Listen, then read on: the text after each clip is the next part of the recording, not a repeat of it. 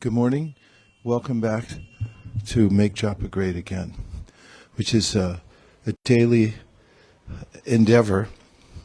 And I'm going to mention the second verse in Srila Rupa Goswami's Namashtakam. And I'm also going to begin I'll introduce some phrases, some advice that Prabhupada's given about chanting japa that can be very helpful. I've isolated 4 specific statements after searching through all his talks and letters about japa, and I find them to be foundational, these points, and keeping them in mind, the points that he makes here, can be really helpful in sustaining the highest level of japa, which is what Make Japa Great Again means. So the second verse in the Namashtakam says, Jayanama Deha Muni Vrindageyahe Janaranjanaya Paramakshaраkrite Tomaradhanad Api Manag Udiritam Nikilogra Tapa Patalimva Lumpasi. Which here Rupa Goswami is saying that's the holy name creates a festival for the residents of Vrindavan, for the great souls.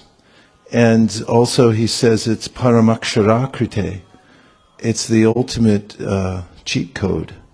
It's Paramakshara. Para means the supreme, Aksharakrite means combination of syllables. So one might think, oh, what is all this? You just chant something and it opens up a door or something like that. Yeah, it happens. Everything happens by sound vibration. Nothing's random. And there is a way in which the holy name or Krishna appears directly in his name. It's his incarnation. Therefore, Rupa Goswami blatantly points out that yes, he's appeared in a combination of syllables. It happens to be available in the Mahamantra.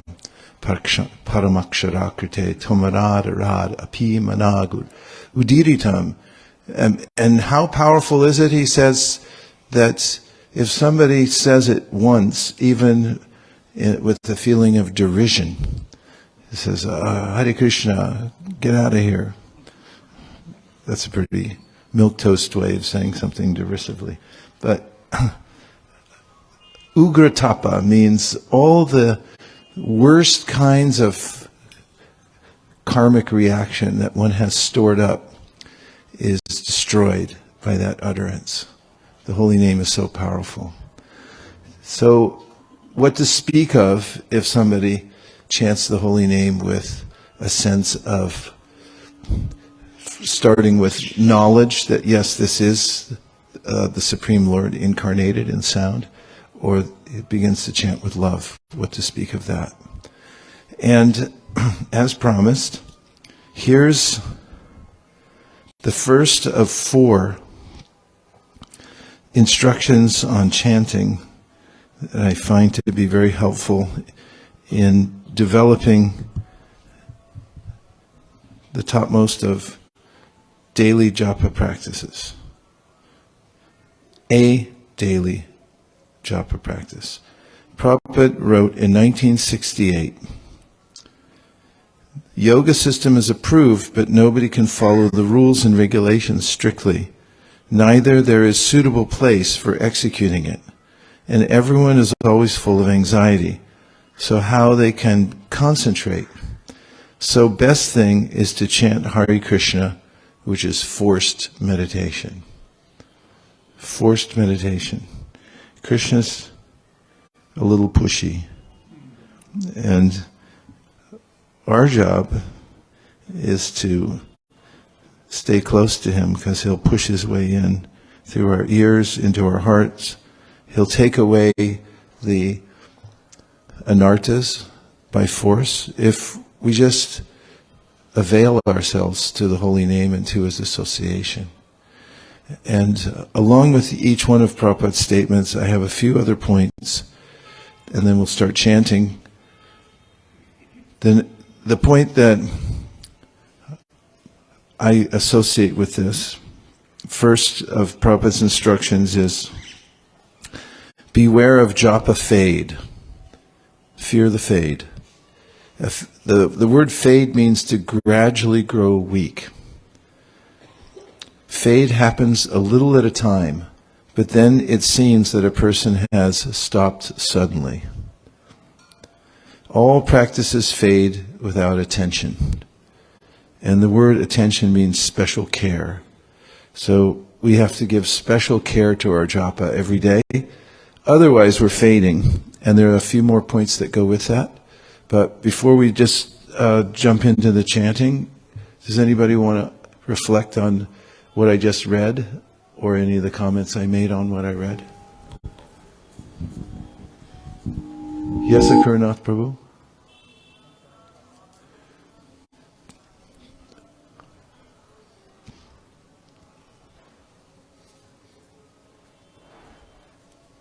On Yadanarurad Pimanagudiritam, sometimes I've heard people concerned that, when we're out on Harinam Sankirtan, people are laughing at us, the way we look, the way we dress, this and that. But we're actually inducing people to hear the holy name, and even if they're derisive about it, they're making so much benefit. That's true. Hari, Hari, Hari, Hari. I did write about, I thought a lot about that and interviewed quite a few devotees about that issue. Not to get too deeply into it right now, but I wrote 2 chapters rather than 1 about that point, because yes, there is a gata sukriti that people get no matter how we present things. On the other hand, if we are very sensitive in how we present things and appeal to their particular cultural perspective, then it goes in much deeper. At least that's the argument I make. So it's true. According to the verse, however they receive it, there is some sense of, destroying their sinful reactions. But if we're thoughtful about it, then it can be even deeper and better, and people have a bridge to walk across more easily. Just 2 more and then we'll start.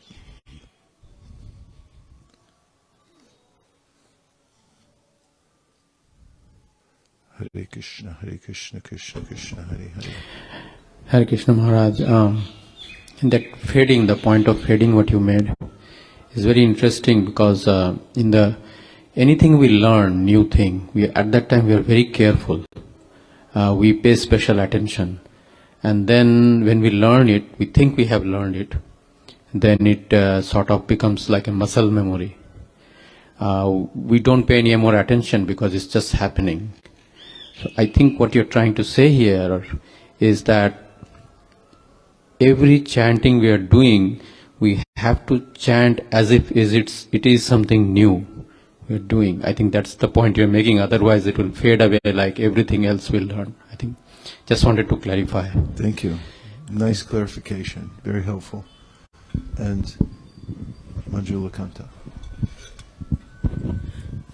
I was just going to add to what you were telling Akurnath Prabhu, that it reminded me of the statement Prabhupada says in the Bhagavad Gita when he tells the reader that as long as you're not antagonistic, as long as you can just keep an open mind when you open this book, you will get benefit, right? He says, as long as you can just, for a second, pause your assumptions and just read.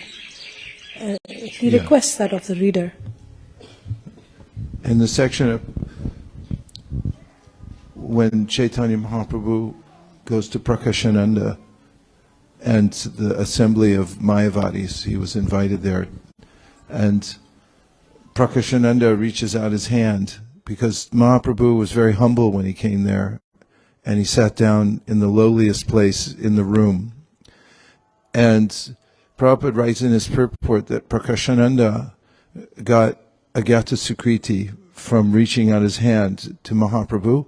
And then Prabhupada said, people are already antagonistic towards us.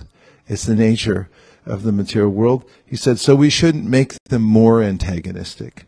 We should actually go out of our way to accommodate some of their sensibilities so that they can not have such a barrier. It's helpful. That sense is there also.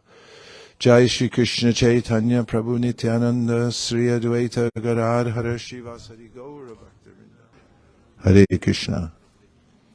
Don't look now, but you're right in the middle of the Hare Krishna movement. Sitting here chanting Japa in the Dham. So, if we might just, Prabhupada made this gave this profound instruction about forced meditation. I just wondered if any of you had a realization about that while you were chanting. Did any of that stick with you? Yes, Prabhu. We'll get you a mic. It's a full service operation.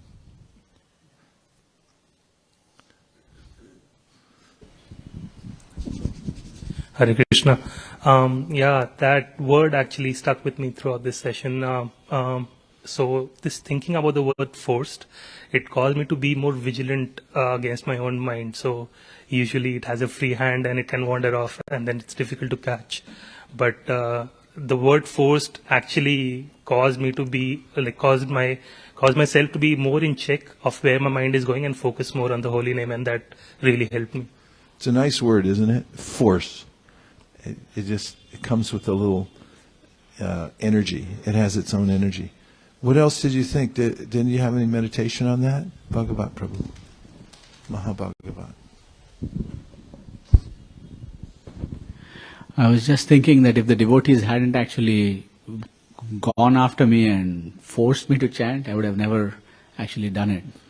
And in the beginning, I was extremely resentful to all these fellows who were after me to chant. And now I'm extremely grateful to all of them. And now you're after other people. A lot. Prabhu, did you have a point?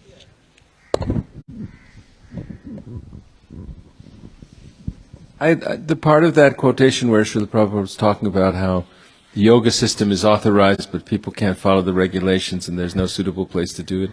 And I was thinking, there in the Bhagavad Gita, Krishna gives the 6th chapter, but we understand the yoga ladder, that the ultimate result is bhakti, and we have our own regulations. But I've always thought that the Japa period is the most like the dhyana yoga, that we do in our system, and the meditation is also part of smaranam. It's also part of devotional service. But I guess that I was thinking about that do we still have to, for those of us who aren't really advanced, Krishna says then we can follow the regular principles and attain a desire, and he has the list of other things in the 12th chapter that then we can work for him or cultivate knowledge or become self-situated. But meditation is better than knowledge, he says. But are we involved in, even though we're doing bhakti yoga, are we also involved in, karma yoga, jnana yoga, dhyana yoga in our own way? Yeah, not really. We're taking, the difference is that we're not depending on our own power. We're depending on Krishna's power. And there's a way that we may react to the word force at different levels of our advancement. In the beginning, there has to be some force to get ourselves to do it. And an example Prabhupada gives is of starting a car that stalls. And then you have to push it. And you push it for a while, and then you pull the clutch out. That is cars with carburetors. I don't know if catalytic converters... I don't know anything about mechanics. Don't listen to what I'm saying.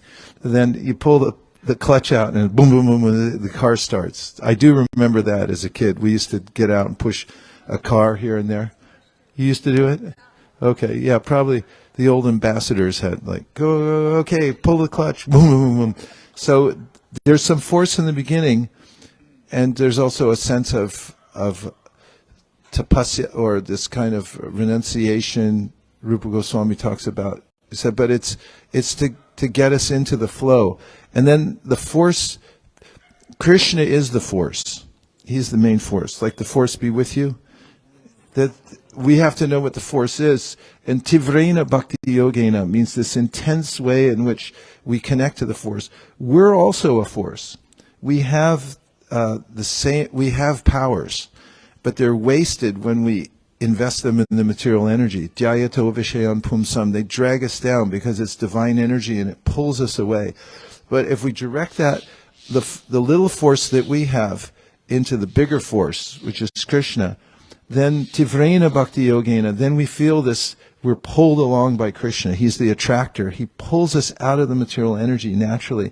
And it's not by our own power of continually refocusing the mind. Krishna grabs our mind and pulls it because he's the attractive force. So there's a lot of ways to talk about forced meditation, but that's one way to think about it. Devavrata Prabhu.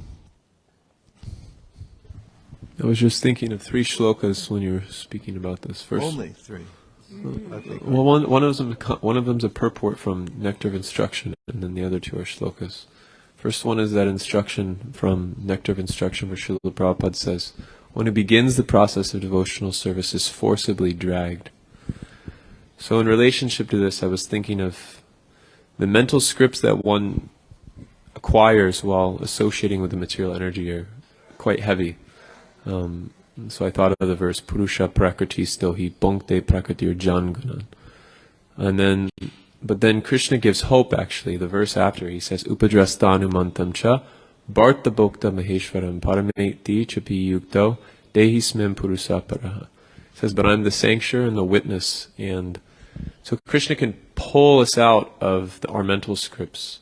That's really our only hope actually. The process of Dhyana Yoga or Jnana Yoga, Karma Yoga, we're forced by those mental scripts, Yenader Vindaksha Vimuktamaninas, to come back down. But Krishna can pull us out of those mental scripts. Nicely done. Very good. Anyone from this side? Okay, Varshana, and then we'll come back to Prema.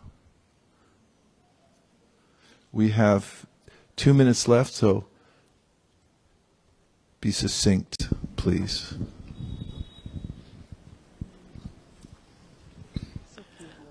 Hare Krishna, Guru Maharaj. Hare Krishna, all the devotees. Initially, when you gave me initiation and I started chanting the holy name, there was a force. Force means you were forcing. I felt that I'm being forced to do it. But then forced became a habit. Now that habit is so much that, you see, when I'm not chanting, like you see, if I'm traveling, I have the habit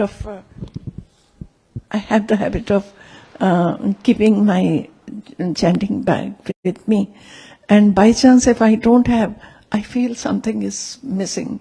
So God has given the strength. Now that force has become into strength. You see, He gave from the beginning, He gave the strength. Then only I could do it. But now it has become a habit that I must do it. And if it is not there, I miss it. So that is my realization. Thank you for sharing your realization. It's very helpful. Okay, Prema for the close.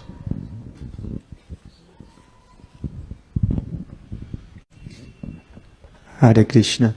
So I was thinking about forced meditation, and the other day I heard from you in lecture about when you park the thoughts or the car and you put it in a bad place, and then you have to pay something. And also, we need to force our mind to park in good places, and this in the Holy Dham. I think it's easier to focus and to park our mind in a safe place. Like you said, Yadato Visayam Pumsam, contemplate things that are more Krishna consciousness. It's the towaway zone. Those are the dangerous places. Like at the airport, they say, definitely don't park here. We're going to tow you, and it's going to be costly. Any downtown, especially San Francisco, where they have nothing better to do than harass the citizens. But, if you park here, your life is basically ruined. That's what the sign should say. And then, that's what Krishna tells us also. There's places you park your mind, you're just going to ruin yourself. You're going to have to pay a huge fine. You're going to get towed away. So I like that. bringing you back to that, be very deliberate where you park your mind, and there's no fear in the chanting of the holy name.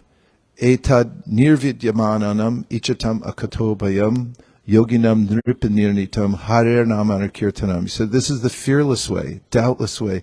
You can park here anytime, and you're going to be fine. And actually, Krishna will tow you away. That's the force we were talking about before.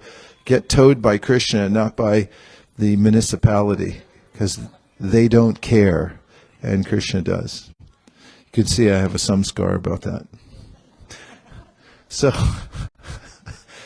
So we did our might. We came here, and this is something that is demonstrative. To show up for a japa circle is no small thing. It's really forced meditation to actually come down, sit down, stay down, be here, and go through, even when the mind doesn't feel like it, and you say, like, that's okay, I'm going to do it anyway. Whatever way you have to do it, kicking, screaming, dragging, be there, force your mind, come in, and gradually Krishna will come and pull the mind back to the spiritual world.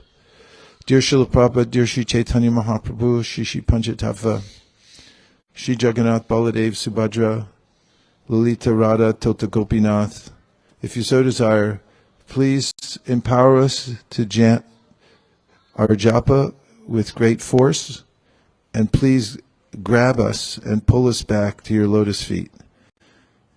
Thank you for considering our request. Om Tat Sat.